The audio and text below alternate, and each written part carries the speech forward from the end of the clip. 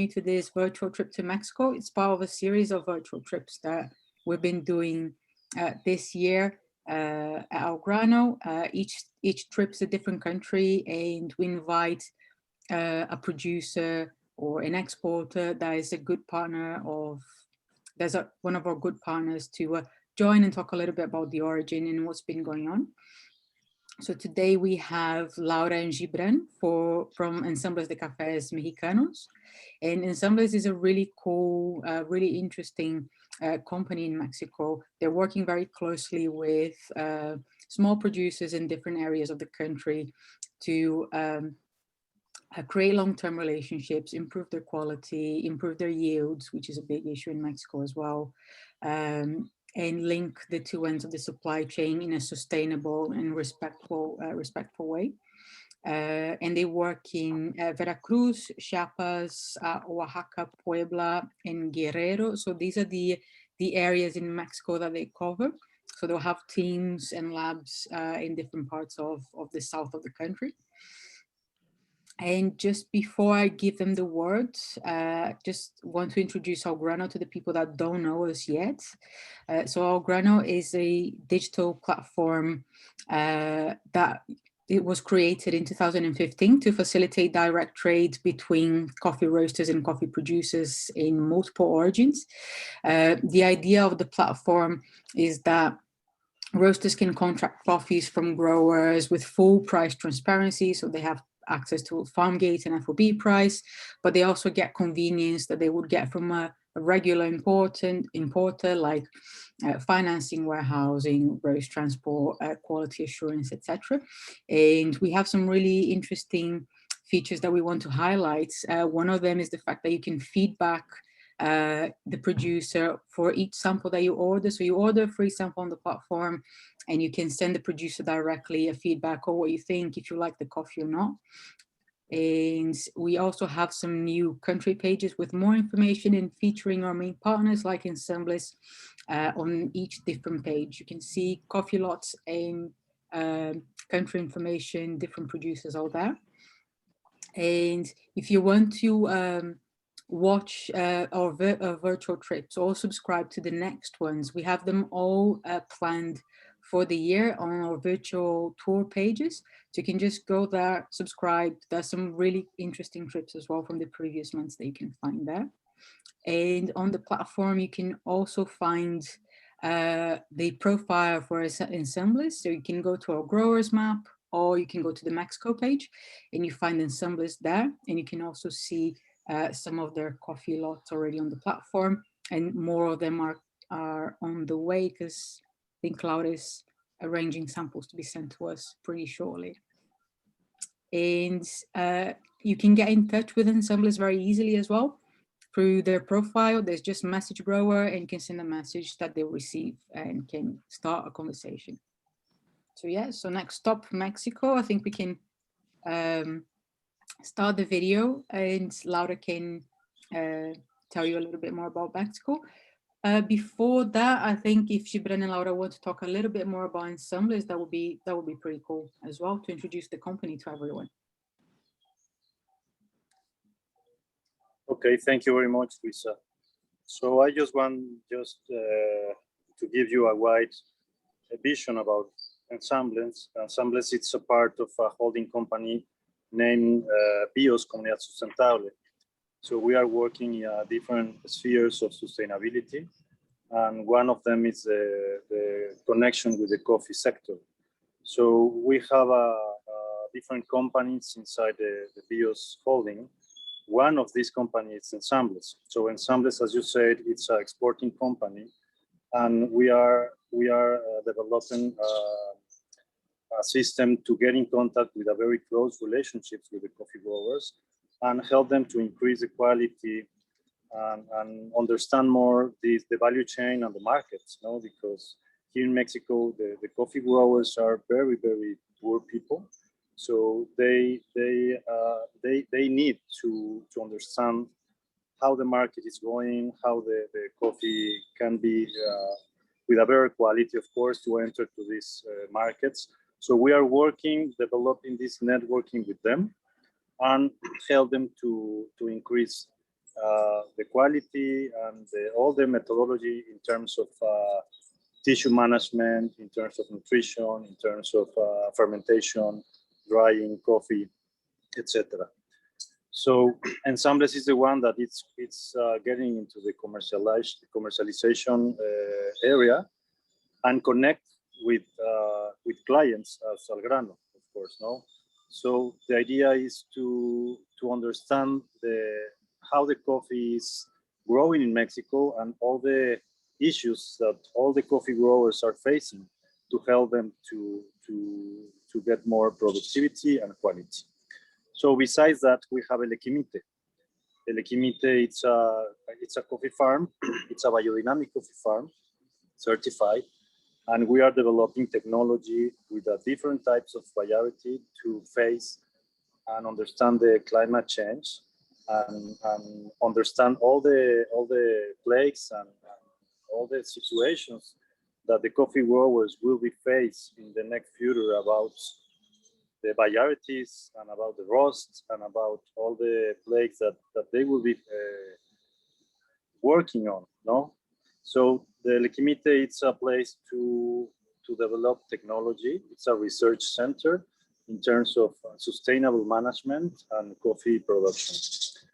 Besides that, we have a Montessori school, and we have a 100 children community, and they are also linked to our model of Ensambles and El Equimite.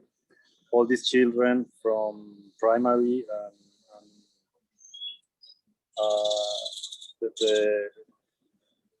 they are connected to the farm, and we have a permanent agroecological studies linked to the coffee sector, no? Permaculture, composting, nutrition, processing, because we live in a coffee region, so we want to transfer all this knowledge to the children. And it's a beautiful project that it's built it also with a beautiful architecture, organic and natural buildings. So all these children are very connected with sustainability projects. So these three projects are connected, and it's the umbrella of Bios Comunidad Sustentable. And we are developing also a tourism model inside of the farm to receive people that want to understand all the coffee production with this model and this technology. So this is a wide vision of Bios Comunidad Sustentable. And I think Laura will help us more to understand what we are doing right now in the field in Oaxaca. Thanks, Gibrán. Maria, I think we can start with the video, and then Laura, can you just explain to people what you're going to show them a little bit so they can know what to expect? Yes. Yes. So as Gibrán said, we're a Mexican company, and we run different projects in different states of the country. And today I would like to present one of those projects. So I am currently in the town of Huautla de Jimenez in the north of Oaxaca, in the region called La Cañada. The specific coffee area of La Cañada is called La Mazateca. So I might refer to La Mazateca during the video, or La Cañada. So just to confuse everybody a little bit with complicated names. Mazateca is actually the name of the indigenous people who live there. Mexico is still very much inhabited with its indigenous people, and they are most of the coffee producers. So I'm going to take you on a journey to our work in this region. Basically, all the projects we run, they have a common point, whereas it's in Oaxaca, in Chiapas, in Guerrero, in Veracruz. We want to reach out directly to producers, and we want to focus on quality. So I'm going to show you through this video how we do this. Sorry, just before we start the video, I just wanted to put a little bit of context so that everyone can understand what Mexico is like in terms of coffee. Mexico is very known for two things. First, it's very known for the high volume certified coffee, certified being organic and fair trade, or both fair trade organic. And this model is very, very strong in Mexico. And what this means is that basically coffee is delivered to very big cooperatives from 2, 3, 5, sometimes 10,000 members. And coffee is delivered to those cooperatives and just mixed all together. And this means there is no incentive for quality and no traceability. So this is a lot. I mean, a lot of coffee is sort of sold and bought this way in the country. And also the second thing that Mexico is known for, which is maybe not so much known by the market because it's more an internal sort of model. All the producers who are not affiliated to a cooperative, we call them, they're like free. The free producers, the only way very often they can sell their coffee is to what we call here in Mexico the coyotes, which is, I'm not sure how to translate it in English, but basically it's a local buyer. And those coyotes, they will have small warehouses in all the coffee areas of the country, and they will buy the coffee to producers as cheap as possible. They will consolidate different lots all together, mixing them all together with no quality criteria. And then they will sell those coffees to bigger coyotes, bigger intermediaries. And then those medium-sized intermediaries, they will consolidate more coffee, and then they will sell to the big international buyers. So again, zero incentive to quality, and prices are pushed down on the producer side because all those intermediaries make a margin on what they do. And obviously zero traceability whatsoever. So the producer in those two systems, the high volume certified coffees and the Coyote system, producers don't know what quality they have, are not receiving any premiums for their quality, and are not incentivized to produce better quality. Yeah, so I just wanted to put a bit of context because in Mexico, specialty coffee, traceability, quality are very, very new concepts. And this is what we try to impulse with Ensambles. So now I think we can start the video. I'm going to take you to a very nice trip to Huautla. So we're going to start from the city of Oaxaca, where some of you might have been. We're going to start a 7-hour journey to the coffee town of Huautla. And the first landscape we're going to see is a very arid desert, very cliche to Mexico, but very true.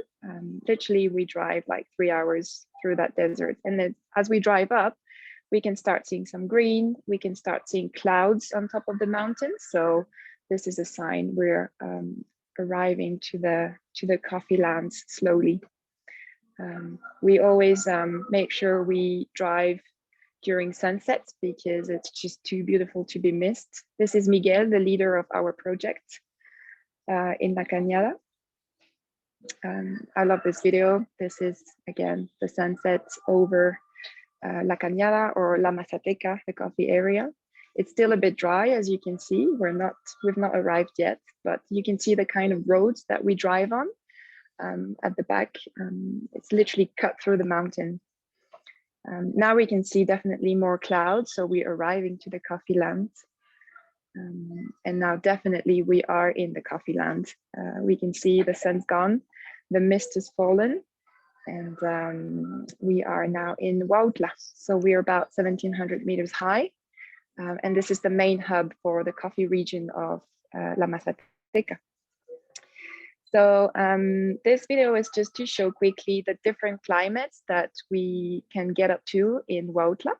So you can see before it's very sunny, and then the day after, suddenly you wake up and literally see nothing. The mist falls and it gets really cold. It gets drizzly as well. And this is like changing every day. Maybe we can post the video just a couple of seconds, please, because actually the climate is something very important for this region. We all know that climate is very important for coffee quality. And so this changing climate is both a blessing and a curse for coffee in La Mazateca. It's a blessing because it's much colder. the fruit maturation is much slower.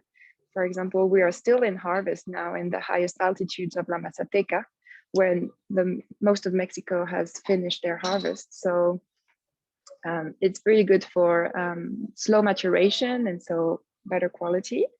It's also good because there is less diseases coming to those altitudes and to those climates. But it's a curse because we have a lot of problems with the drying, because as you can guess, with those cold temperatures and this rain, it's very hard to dry the coffee. So we're gonna see along the videos how we try to solve that with the team and with the producers. Yeah, we can start the journey again. So we're gonna take a quick walk and tour of the town of Huautla.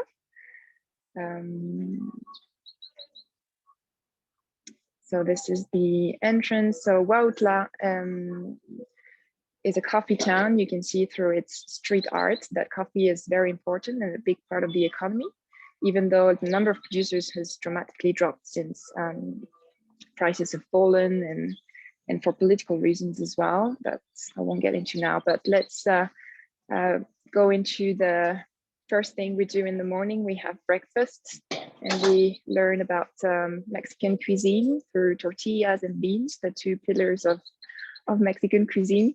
It's quite important to understand what local people eat, because it's reflected in how they cup. My team is all Mexican, and we cup quite differently because we have different preferences. This is the coffee they drink in the house. They drink liters of coffee. They drink their coffee, the local coffee, which is good, but they drink usually the worst of it. And they add as much sugar as coffee. So again, they drink their own coffee, but they drink it. They have a very different experience than we do when we drink their coffee. This is the kind of breakfast I'm privileged to eat every morning. And now we're off to the first part of our trip, which is up to the coffee farms. So half of our team spends their time in the coffee farms with producers, and the other half dedicates its time to the warehouse, where we're going to go in the second part of the trip. So I've done this video because it's impossible to show you everything live. So we pre-recorded everything. So you have a glimpse of everything we do. So now we're going up the farm. So from Huautla, which is already 7 hours from the city of Oaxaca, we still have to drive on dirt roads for between 1 and 3 hours to reach the communities, the farming communities in the mountains. So the good thing is we always get to enjoy some very nice landscapes. And we take people on board as well as we drive up. Many people just walk along those roads to go from one community to the other. They could walk for like half a day or a whole day sometimes.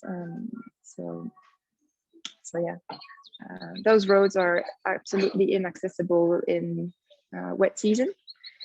As you can guess, they get very muddy and slopey. So we are now in dry season, so we can drive up very, very slowly. The distance is actually quite small, but it takes forever to arrive. So we have arrived to a community here. We can see the management of COVID in Mexico. We can see the goats are highly protected. People not so much, you will see through the video. So the management of COVID and the beliefs around COVID are very different in Mexico.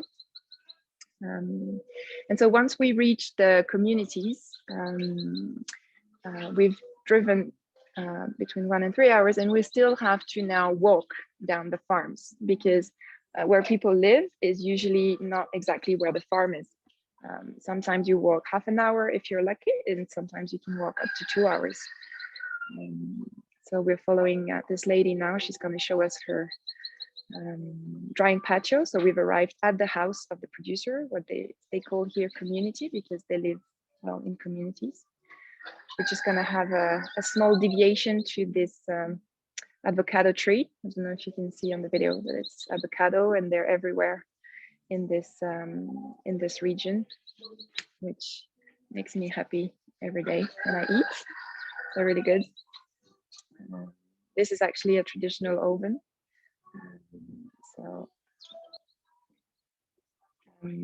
So yeah, so as I was mentioning, we have to walk down to the farms. So here we can see women getting down with children, purchases, and high heels down to the house. Women are very much involved in the coffee as well as doing everything else. So women still very strong everywhere in the world. So sometimes the roads to the coffee farm are so long that people get donkeys or horses to get the coffee up from the farm to the house. Usually in the house, this is where people process the coffee. So all the post-harvest takes place at the house. But before we see the post-harvest, let's have a look at a coffee farm. So this farm is quite typical of the coffee farms in La Mazateca. So you can see Típica variety, which is still widely planted in this region. And this is one of the reasons why, along with the climate, that coffee quality is so high. Típica under shade as well, as you can see sometimes in the video, and it's very much shaded. And again, it's very common in this part of Oaxaca, which is great for quality, for biodiversity. You can see the soil as well has got a lot of organic matter. There is very little intervention in the farm. There is no use of herbicide, no use of chemicals. Those farmers are not organic certified, but they're organic. They have organic practices. It's just that the organic certification is very much linked to the big cooperatives. So many farmers in Oaxaca are organic, even though they don't own the certification. So we see here the picking, which is a very difficult task in those farms, because first the slope is extremely steep. You might see sometime in the video that it moves a lot because I couldn't find my balance. So when people pick, they need to first find their balance on this slope. Then with one hand, they need to bend the tree, because they leave their típicas to grow very high. There is very little intervention, very little pruning culture. So the trees grow really high, and they need to hold it with one hand and then pick with the other hand, which I can assure you, I have tried. It's very difficult. And they do this from usually 7 in the morning until 3 in the afternoon. So very hard work. And so obviously when we ask for selective picking, it's even harder because they pick less. Then now we are up to the community again, and we're going to enter the producer's house. We can see some corn drying on the top, which is very common here. Now we're going to go down to the depulping area. So in this case, and it's happening a lot in this region, producers would pick the coffee on the day, and then they would leave it to rest in the bag overnight. And now it's 8 a.m. and the producer's gonna depulp yesterday's coffee, basically. So this is a depulper, it's manual. You can see the cherries are loaded on the top, and I'm gonna go around so you can see the depulping. So it's all manual. I asked for some numbers to just, can we just quickly pause here, please, Maria? Just to have an idea of the amount of work that's required to prepare a bag of coffee in this area. I asked how much they picked the day before when I went to shoot the video. And so they picked about 200 kilos of cherries between 6 people. So 6 people working a full day picking 200 kilos of cherries. That's about 30 something kilos each picker.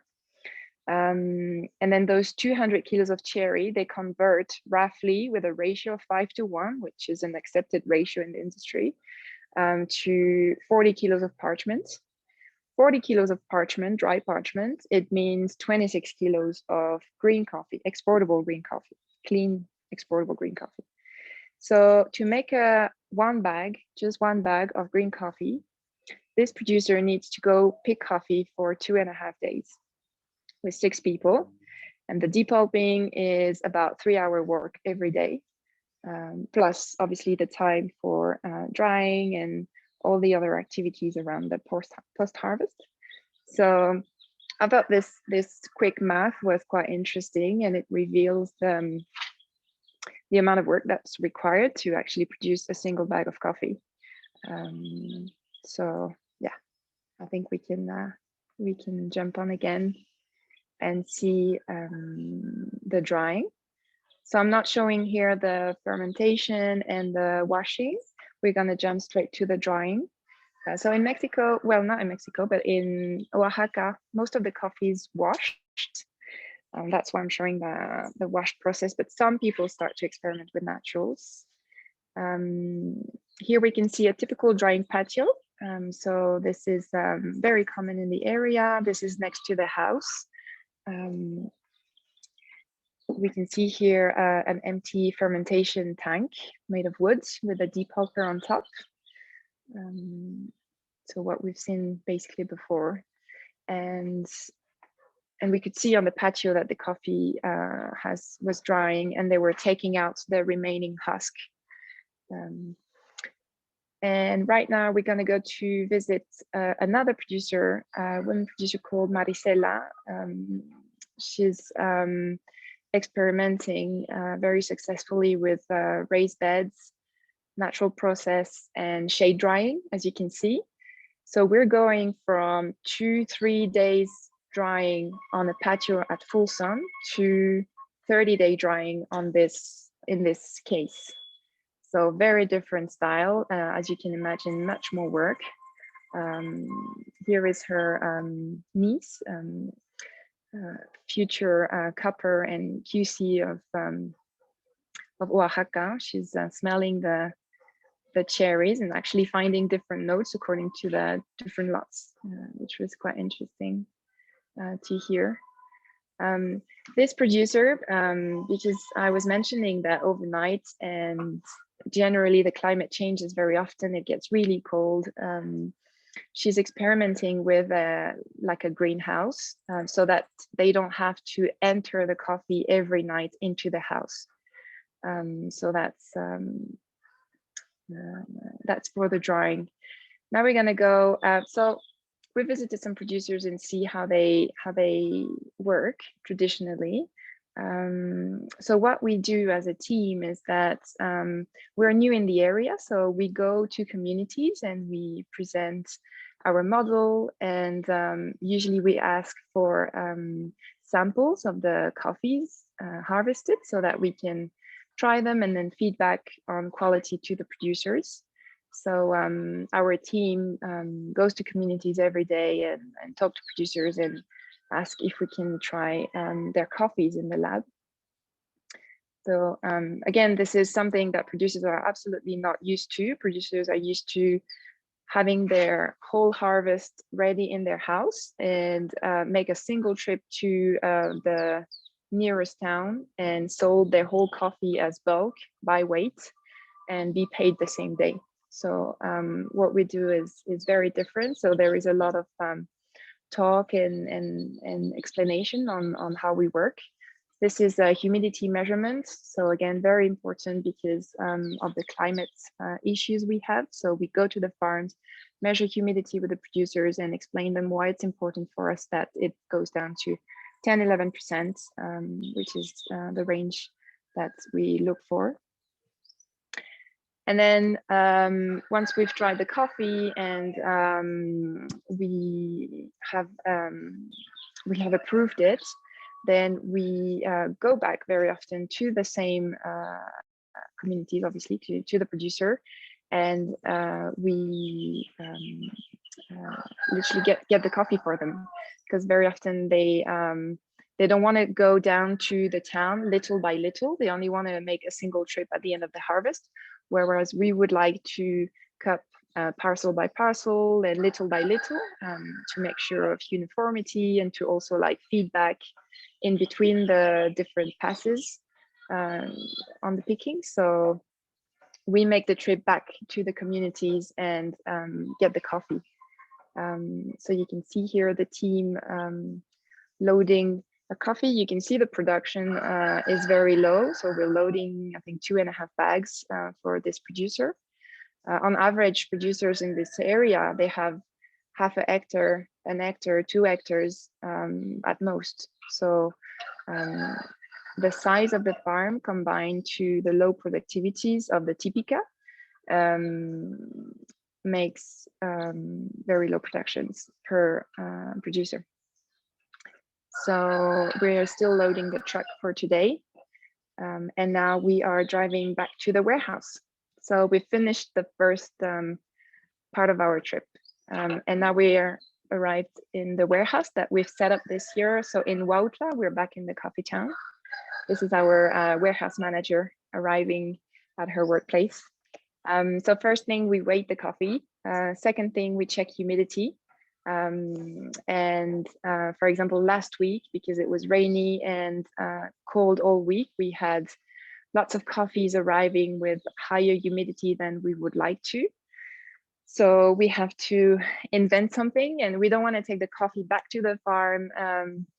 And sometimes producers, if we ask them to dry a bit further, they may not want to. So we take the coffee down and we dry it ourselves on the roof of our warehouse.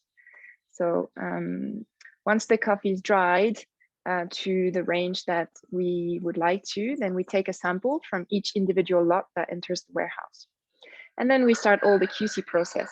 So here we are starting with the yield analysis, and that starts with milling the sample.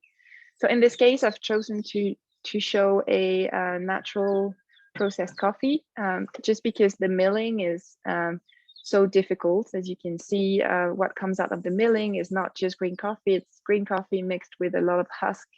And literally we have to take out the husk by hand. And it takes at least 15-20 minutes for each sample to be milled. Once we get our green coffee, we screen size it, because we export usually screen size 15+. And so we want to replicate the kind of coffees we would export. So that's why we do this. And then the final stage to yield calculation and physical analysis is to do the green grading. So basically we take out the defects, and again, this is for yield calculation. So we would know how much exportable green we get out of each kilo of parchment that we buy, basically. And also it's good for us to understand the kind of maybe problems there are at the farm or during the processing. So it's a very important step. And now we are down to the step that probably most listeners today are very much aware of and are much better than us, maybe, the roasting. And now we are going to the cupping. And this was yesterday's unexpected visitor during the preparation of our cupping.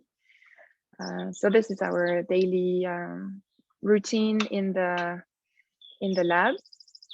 So we cup each coffee individually, obviously. We cup blind. There is a label on each coffee, but it's coded. So we don't know who it's from or where exactly it's from and all that. Something that's very important for us and that we put a lot of time in is to invite producers to discover the lab activities, because as I was mentioning, this is very new. I think probably not even 5% of the producers I've spoken to since I'm here, it's been a month, not even 5% have actually heard of a cupping, have heard of a score. So this is completely unknown. So it's very important that we invite people to get to know this process. Once a coffee is approved, we bag it in Grain Pro, again, because nights are really cold and because we would take the risk of rehumidifying the coffee overnight if we wouldn't do that. And then we store it, and we store it with full traceability. You can see the labels here with a single code, producer name, number of kilos, and quality in the cup. This is another example of, and this is us resting after doing all of this. And this last image is just to remind us that most coffee in Mexico is not bought this way. The last image we were seeing is just a traditional warehouse where people just deliver their coffee, have it weighted, and just get paid by weight, and that's it. So yeah, I think I need to drink a bit of water, but that was for that was for our little journey to La Mazateca. That was amazing, Laura. Thank you very much for showing all that, for making the video. I know it takes quite a while to do that as well, but I think you managed to show a lot of things to people, and the amount of work that producers need to generate an exportable bag is one of the things that's caught my attention the most. I guess they need like 2.5 days to have one bag, and the majority of the time they don't get paid to cover enough to cover the production costs. And I know you guys have a different payment system, that you don't pay the internal, like the plaza price. So how, working with you, do producers, do they get paid immediately as well, or like they would with just a general warehouse, or do they wait a little bit more and then they get a better price? How does it work when they have to they go through all that process? So what we do is usually when we go and pick the coffee in the communities, we pay the base price, which is already, our base price is already above the coyote price. So it's called the plaza in here, but the place. So basically there is like a local price, which is paid by the coyotes. And we pay above this as a base price, so that producers trust us and deliver their coffee, because again, we're new, and it takes time to get people's trust. So we pay slightly above market price or local price to get the coffee to the warehouse, and then when it hits the warehouse, we go through the whole QC process that I've described, and depending on the quality it gets, then we pay at different premiums according to the cupping score, basically. So the second payment comes in at the most 2-3 days after the delivery of the coffee. So it's still pretty fast. They don't have to wait, because I guess the biggest issue for them is having to wait for payment. Yeah, exactly. And this is why coyotes are so successful, because they pay immediately and they don't ask for anything, and but they pay very cheaply. But so people need cash very often, very quickly. So this is why we chose to just pay a good base price and then give the premium a few days later, just so that it goes, the money flows into the producer as fast as possible, because obviously they need to pay for their pickers on the day they pick. And they have other costs, obviously, to cover as they harvest and process the coffees. So, yeah. Gibrán, I saw you unmuted yourself. Do you want to add something here as well? Yes, I just want to add that that's why we think that it's very important to show all this reality to both sides, to the roasters and the importers, of course. And also the coffee growers need to understand what is happening, because if not, the coyotes, they took this advantage to pay very, very low prices, but with cash. So for us, it's very important to show all this reality to the coffee growers, to understand the value chain, because in other way, they don't have any options and any opportunities to increase their style of life and change some things that it's very crucial for their lives. And I think we're going to start the Q&A, because we already have some questions in a couple of minutes. But one thing that I wanted to ask you as well, because you're showing here, this is kind of like full transparency, full traceability coming from the origin to the destination. So coming from producers to roasters and to buyers.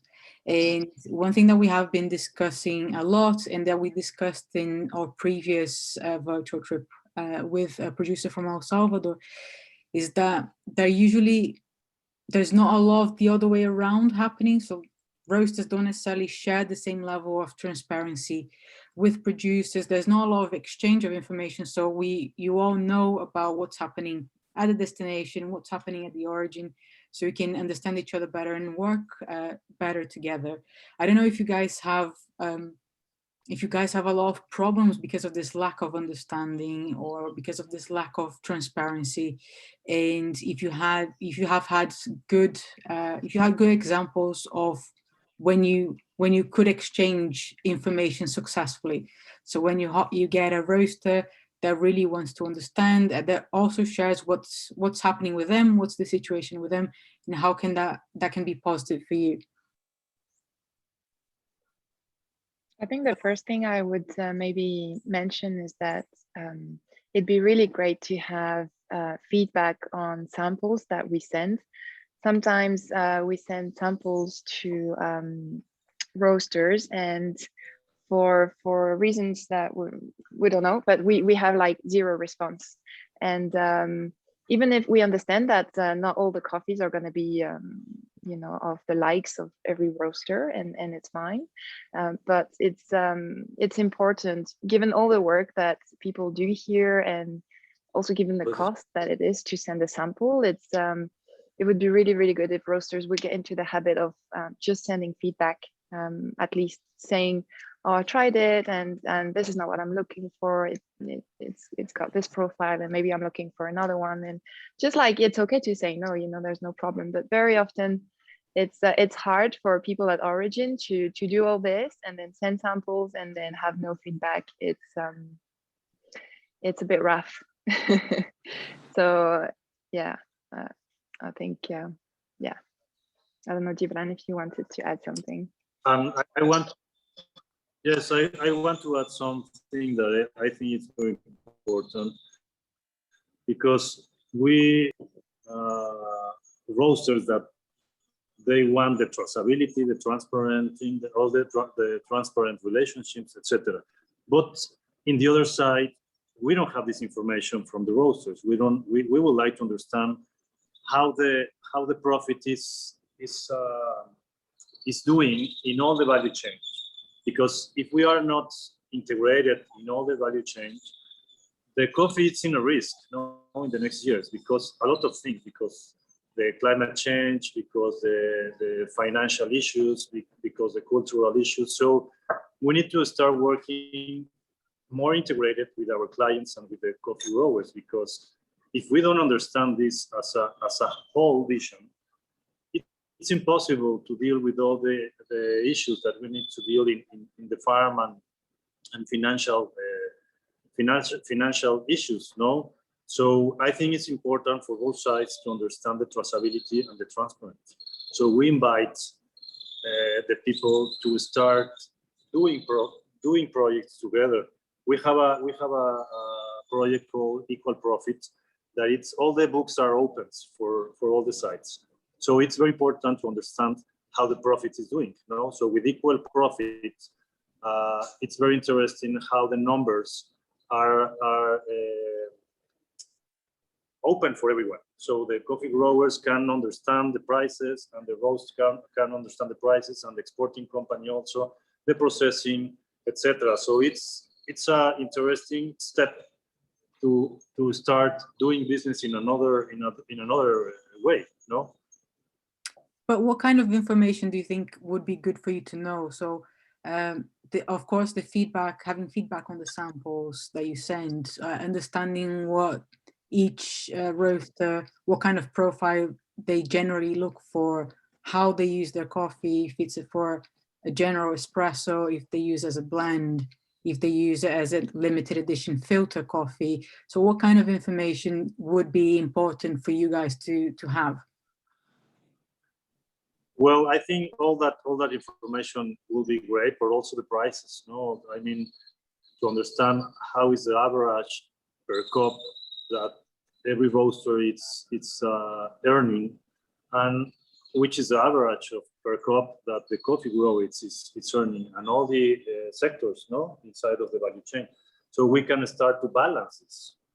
So because it's a fact that the poverty the people are facing in the field is not fair. It's not a, I mean, it's not a balance. So we must move in another direction to create more integrated solutions. Do you have roasters that? I don't know if Laura wants to. Go on, sorry. I don't know if Laura wants to add something about. No, I mean, I agree. We ask for a lot of transparency on the origin side, and this is fair. But we do need to open also maybe books and be more transparent on the other side. When it comes to the information we would hope to receive from roasters, then yeah, I think everything you mentioned, Luisa. I mean, obviously, we want to accompany roasters into finding the coffee that they look for. So as much information that they can give us is the best. We work in different regions, and so producers are producing different profiles. So the more open communication and a bit of patience from the roaster side makes everything possible.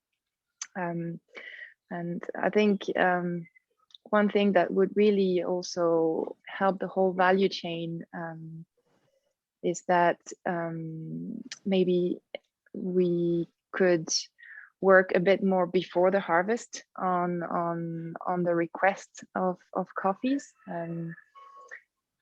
Very often we have to buy the coffees first and then offer them on the spot market, and this is a very risky sort of model for us at Origin, because basically we need to buy all the coffees and just trust that someone will like it. Whereas if we could work the other way around and start discussing with roasters the kind of coffees that they would like before the harvest, then we can safely go and look for those coffees and make sure we find the right ones. So hopefully the discussions between roasters and exporters and producers can start before the harvest and not after everything is finished.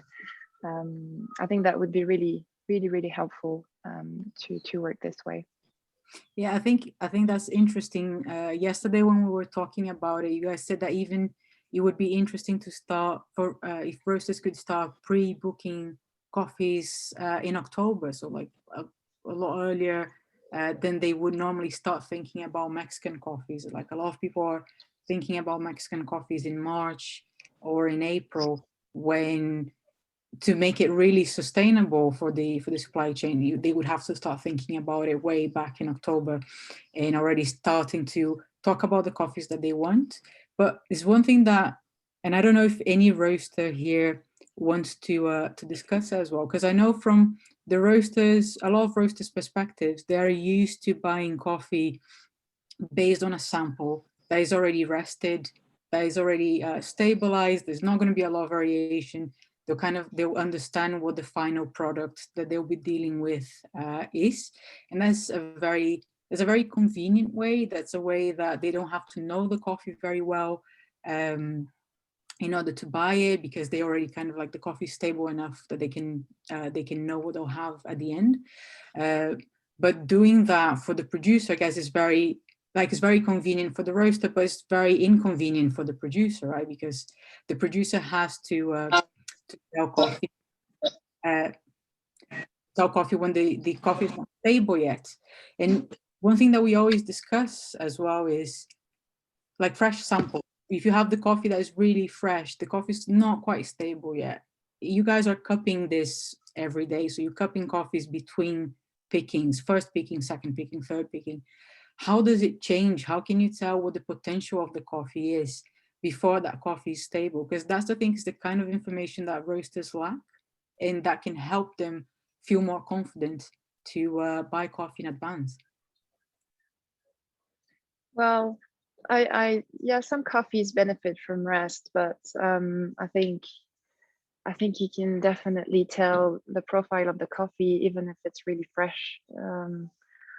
I personally don't believe so much in the coffee getting so much better with rests. I think fresh coffee might have a slight maybe green or mineral taste, but if a coffee is good, if a coffee is sweet, if a coffee's got a clean acidity, you can tell from the beginning.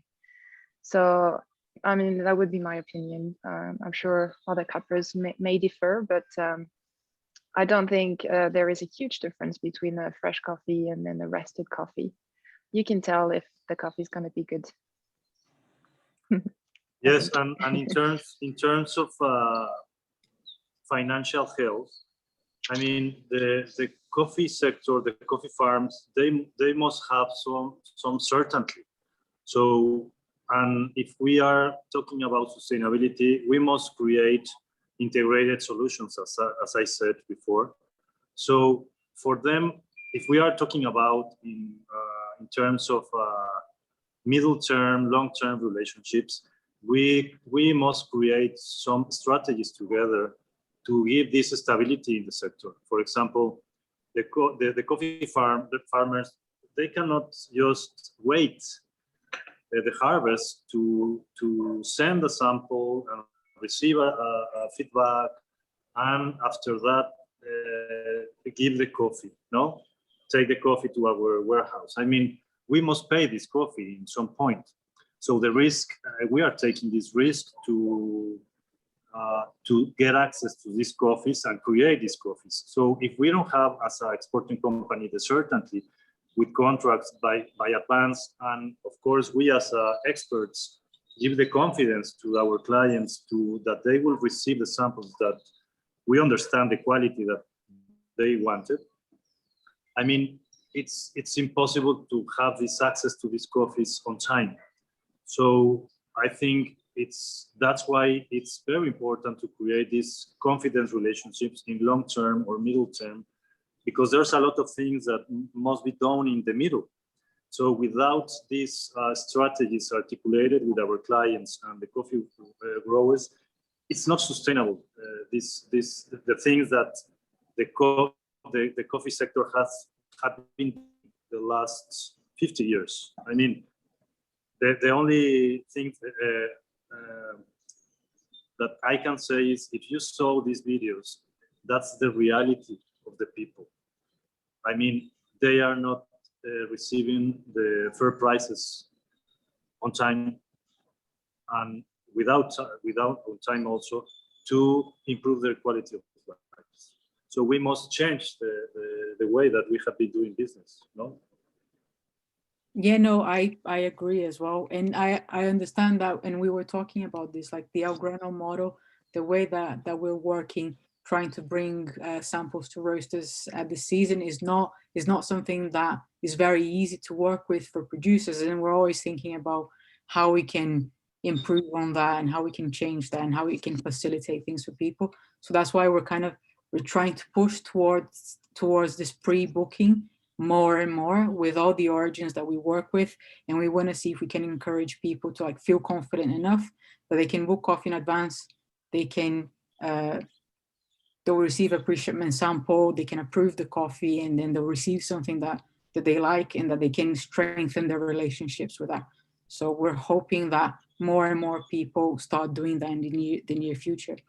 But I asked my questions, but I have to ask you guys the questions that we received as well.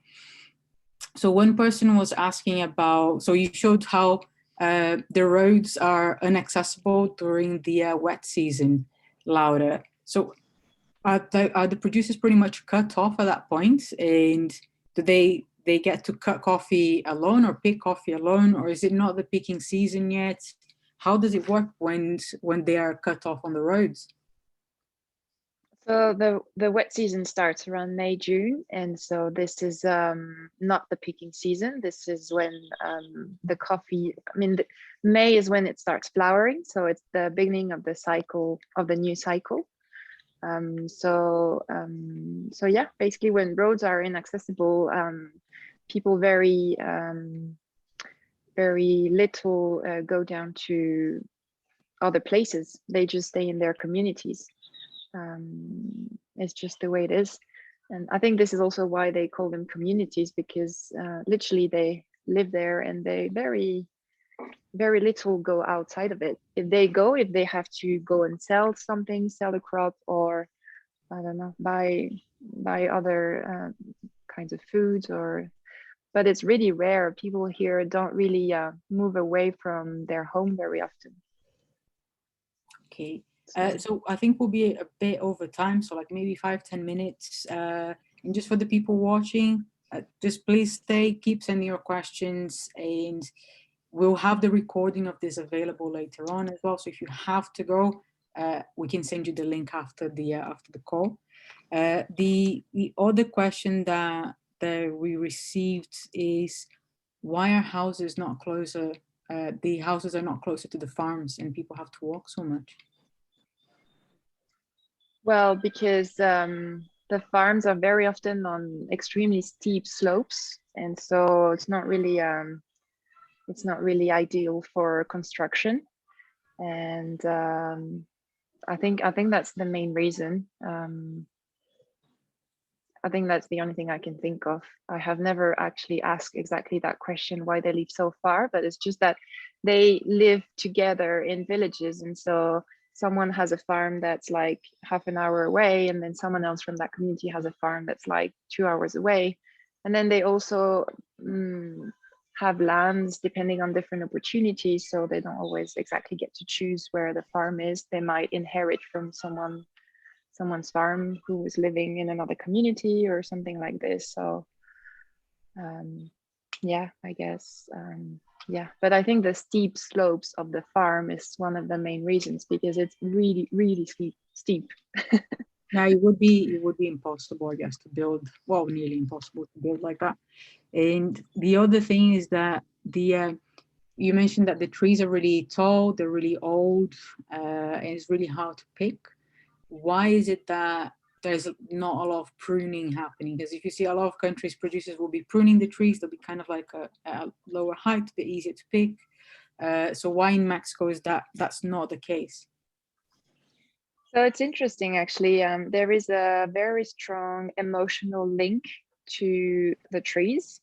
Very often when you ask a producer why he or she doesn't prune or renovate the farm, then he would or she would answer that their grandfather or grandmother planted the tree, and they feel very sentimental about it, and they don't want to touch it, basically.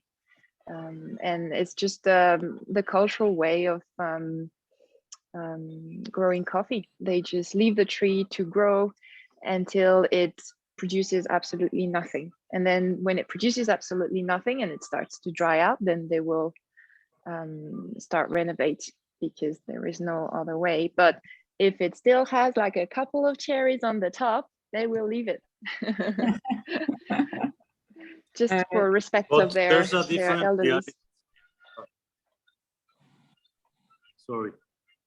Go on, Gibrán.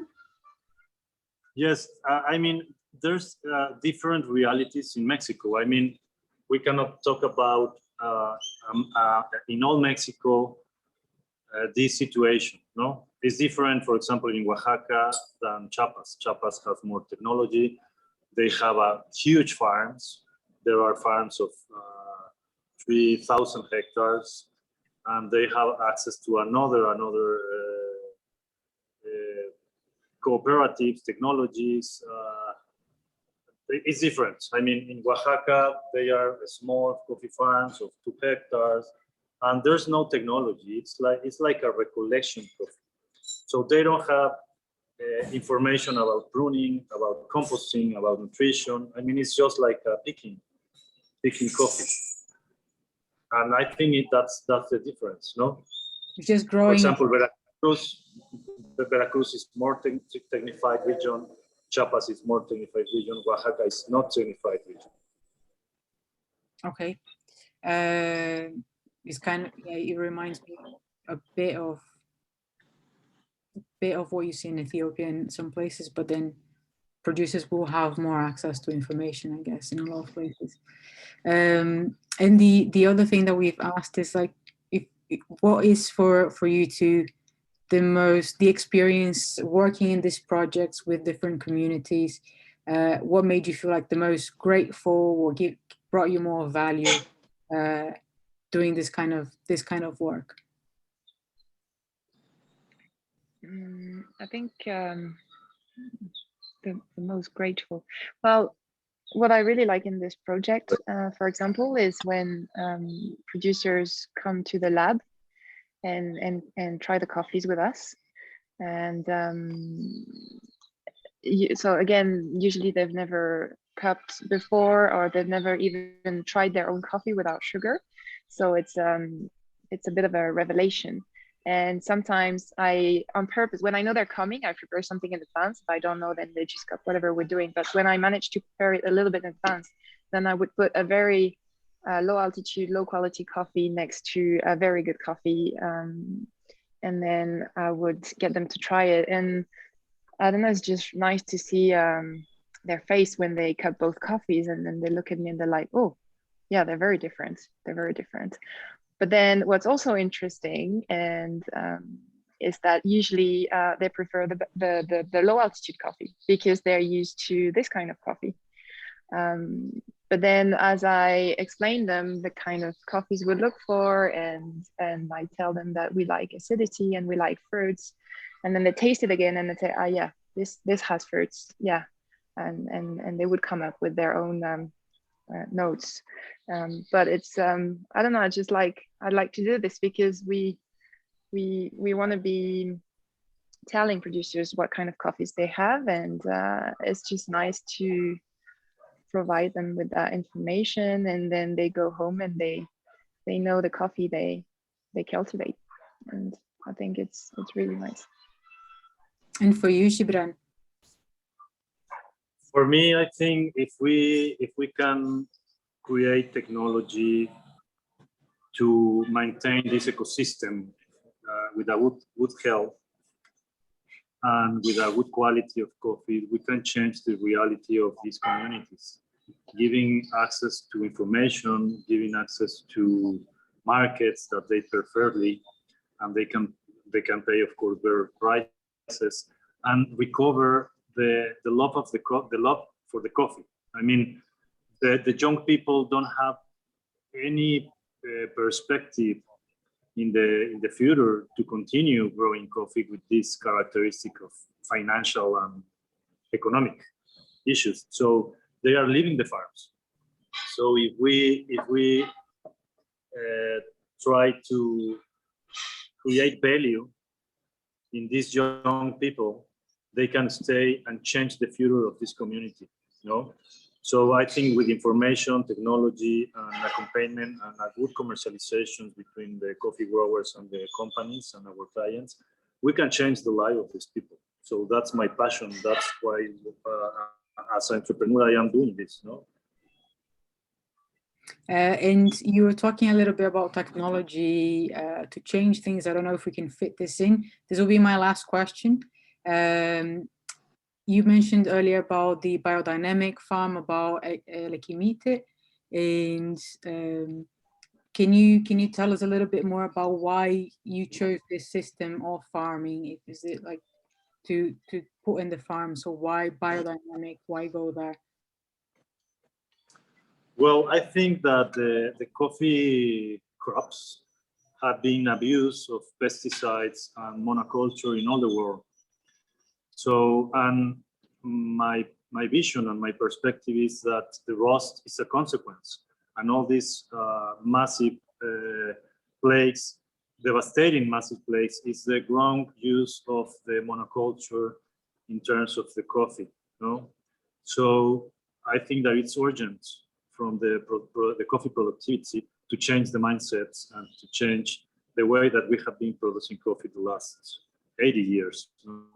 So the biodynamic has a very interesting approach in terms of biodiversification and in terms of healthiness of the plantations, because we are not growing coffee. We have a forest, a food forest, and with agroforestry and permaculture and composting and increasing the vitality of the soil, we are seeing the vitality of the coffee plants. So, and of course, it's less production that each plant can give us. But in terms of in the whole vision as a being, the farm as a being, I mean, it's so much healthy in terms of financial and in terms of the vitality of the farm. And in consequence, of course, the people can be inspired to change this reality or this paradigm. So we have been 8 years of experimentation. And of course, we had a lot of problems in the beginning. But right now we are start seeing the, how do you say, the reconstruction of the ecosystem. Because, you know, the coffee is a plant that grows, the coffee used to grow in a forest. Mm-hmm. So we are giving back again this essence of the coffee to grow inside of the forest with shadow trees, with different plants of fruits, with orchids, with ferns, with different types of all the epiphytes that interact with the forest. So all this immersion to this biodiversity give us more options to be healthy in all the areas, not just in the production of coffee. And I think that we must go beyond quality. The quality, I think it's misunderstanding just to copy the coffee and give a score. We must talk about the story of the family, the story of the farms, the vitality of each farm as a unit of productivity. So we are experimenting around 14 varieties of coffee to understand in Veracruz how it's interacting with the climate change, with the roast, with the productivity, with pruning, with the fertility, adding composting. And after that, we are creating different types of fermentation in a lab. It's very, very traditional lab with different types of fermentation tanks and timing and anaerobic, aerobic fermentation, because this is our knowledge that we can transfer to the coffee growers in all Mexico. So we want to do it by ourselves with our hands to understand all the process. And after that, we can go with a transparent way as a coffee grower to the coffee grower to coffee grower to share some experience and technology. So that's why it's very important, for us. And the biodynamic vision, for me, it's the more wide vision of growing any kind of crop, integrating the wildlife, the people, the forest, protecting the water, protecting the soil. So that's why I chose the biodynamic. No? And we are getting amazing quality of coffee with Elecimite coffee. No? The last year we sent some lots with you guys, no, with Algrano. Mm-hmm. Mm-hmm. And Gibrán, I'll have to start saying like ending the tour just because we're a bit too much like on time all the time. But yes, and I wanted to ask you actually if Elecimite is coming this year again as a sample, or if you guys are not sending samples from that this year. Yes, we are sending. I think next Monday we will send you the amount of coffee we can offer to you this year. Perfect. So everyone watching, if you're interested in samples from Ensambles, if you want to get involved in the projects that they're promoting and what they're doing in Mexico, go to their profile on the platform, start a conversation, message them. You can talk to Laura, you can talk to Gibrán, you can talk to Diego as well, which is another guy that works with the Eco-Profit project for Ensambles.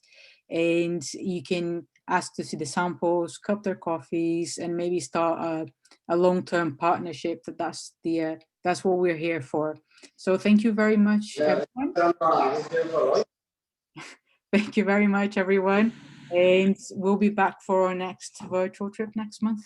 Thank you, Laura. Thank you, Gibrán. It was amazing. Thank you too, also, Rita. Thank you. Have a good day. Ciao. Bye-bye. Ciao. You too, bye.